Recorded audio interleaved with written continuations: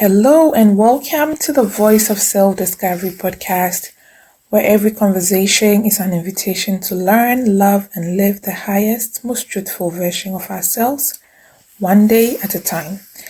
Thank you for tuning in. Today we are diving into something we all encounter, sometimes daily: anxiety. Specifically, we are finding answers to the question, what are practical ways to manage anxiety in everyday life? Before we begin, I want you to imagine anxiety not as a flaw, but as a messenger. It's the body's natural alarm system, a signal designed to keep us safe and to prepare us for action. But sometimes this alarm system gets stuck in the override. It warns us of danger that probably isn't real. It keeps us locked in fear instead of freeing us to live. Today, we are not going to pretend anxiety doesn't exist. We are not going to silence it or shame it. Instead, we are going to learn how to listen to it wisely, respond to it skillfully, and gently lead ourselves back to peace. Together, we'll explore practical ways to manage anxiety, rooted in psychology, lived experience, and some timeless Christian wisdom. So, if you've ever felt overwhelmed, if you've ever felt your mind racing faster than your heart could catch up, this is for you. Let's start with the basics. Recognizing anxiety for what it really is. Imagine this. It's Sunday night. You are lying in bed. Work looms ahead, emails unanswered, bills unpaid. Your heart starts racing and your mind jumps to worst case scenarios. What ifs? You feel trapped. In that moment, your brain, specifically the amygdala, is doing exactly what it's supposed to do. It's scanning for danger and trying to protect you. But this part of the brain doesn't always know the difference between a real threat and an imagined one. This is where I find the timeless Christian wisdom in Philippians 4 verse 6 useful, where it says, "Do not be anxious about anything, but in everything with prayer and thanksgiving, present your supplications or requests to God."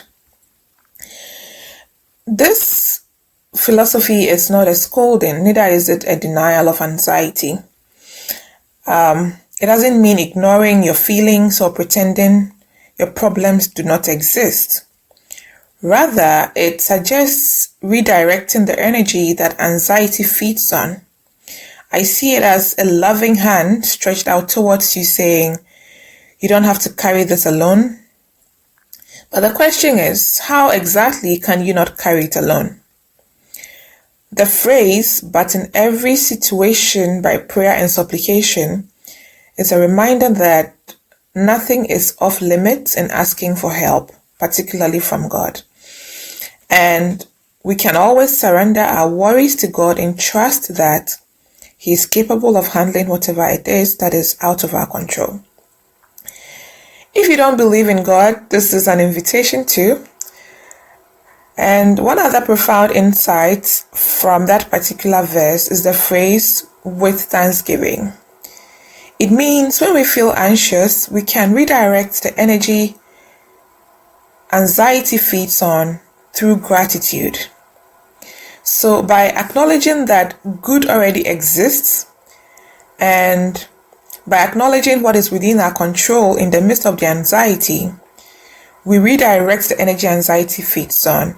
So the practice of gratitude physically calms your brain and brings you out of the future, which is where anxiety lives, and helps you to focus on the present moment.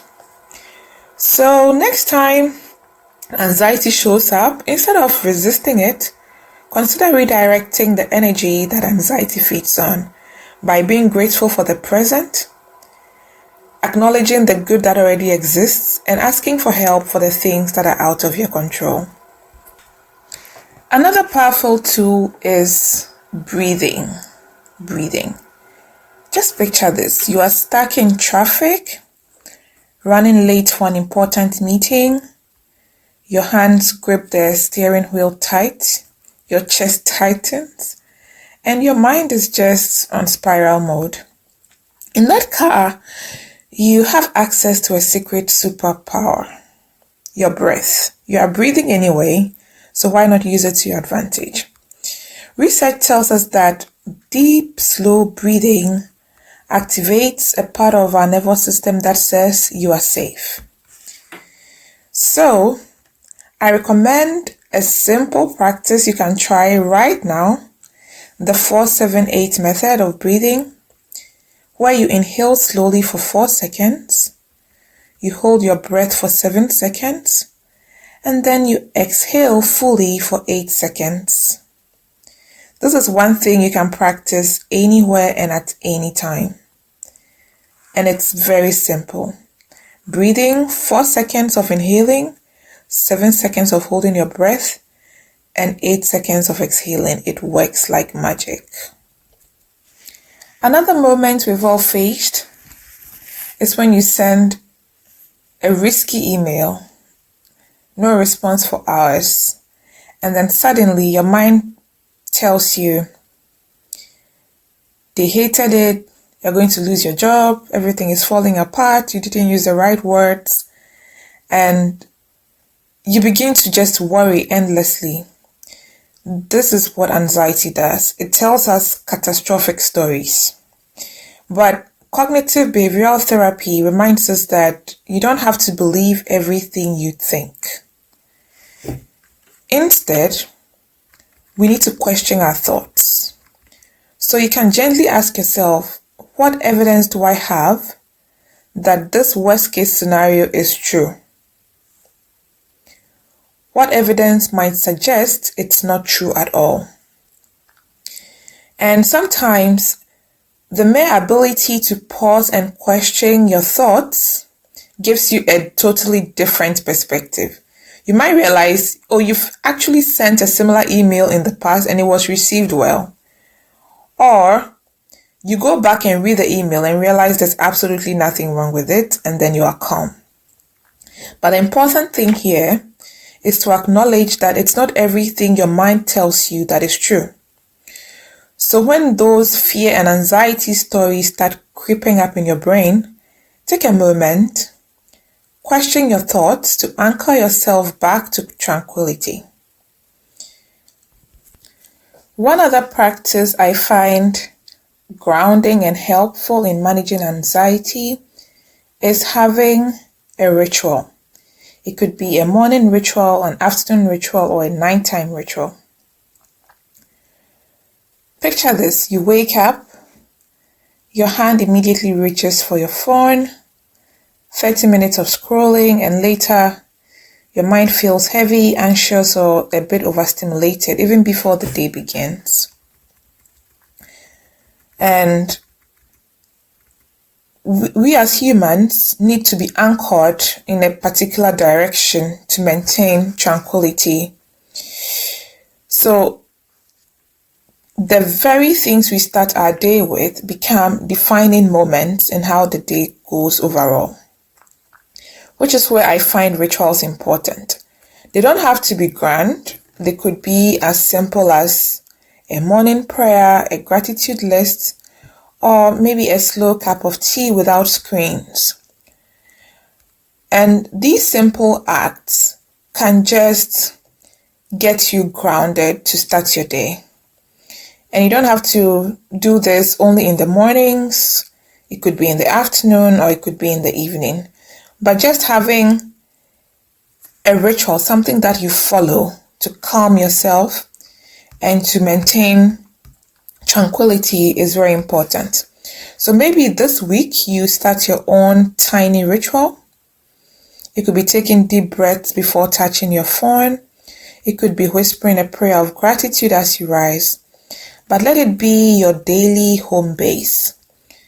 The more you do this, it becomes a part of your body functioning mechanism, and it becomes a helpful go-to practice whenever you feel anxious to help you stay grounded. So consider it and come back on here in the comment section and let me know how it works.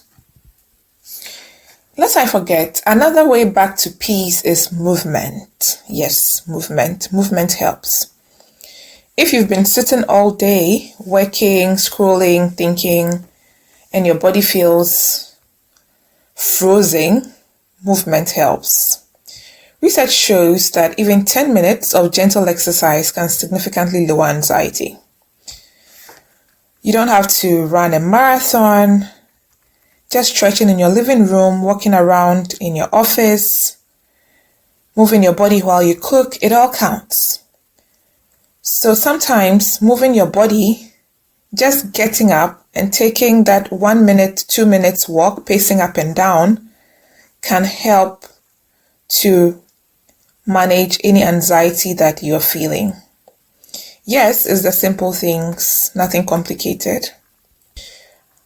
I like to wrap up by saying that sometimes the bravest thing we can do is to ask for help. Ask for help. And in the first Christian wisdom that I started with, asking for help is one of the key things. You may not ask for help from God, but asking for help could also be translated into talking to somebody about how you feel, getting another perspective about the things that are getting you anxious. And a second opinion would help in restoring calm and tranquility. So today, we just didn't talk about anxiety. We tried to walk through it. And I hope that you find these practical steps useful. Give them a try and let me know how it works for you. To sum it all up, it's important that we recognize anxiety not as an enemy, but as a messenger. It's important that we redirect the energy that anxiety feeds on through gratitude of what is within our control and gratitude of what is working in our lives in the present moment. It's also important for us to question our thoughts, as anxiety tells us catastrophic stories that are not always true. So our ability to pause and question our thoughts and to differentiate what is real from what is not is another way to help us stay grounded. I also talked about building daily rituals that can anchor us back to peace, moving our bodies and reaching out for help when the load is too heavy to carry alone.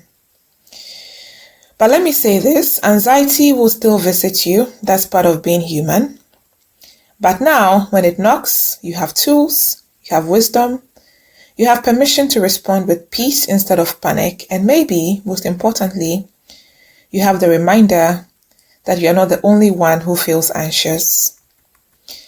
So wherever you are today, whether standing strong or feeling shaky, I want you to know that peace is not far away. It is as near as your own breath.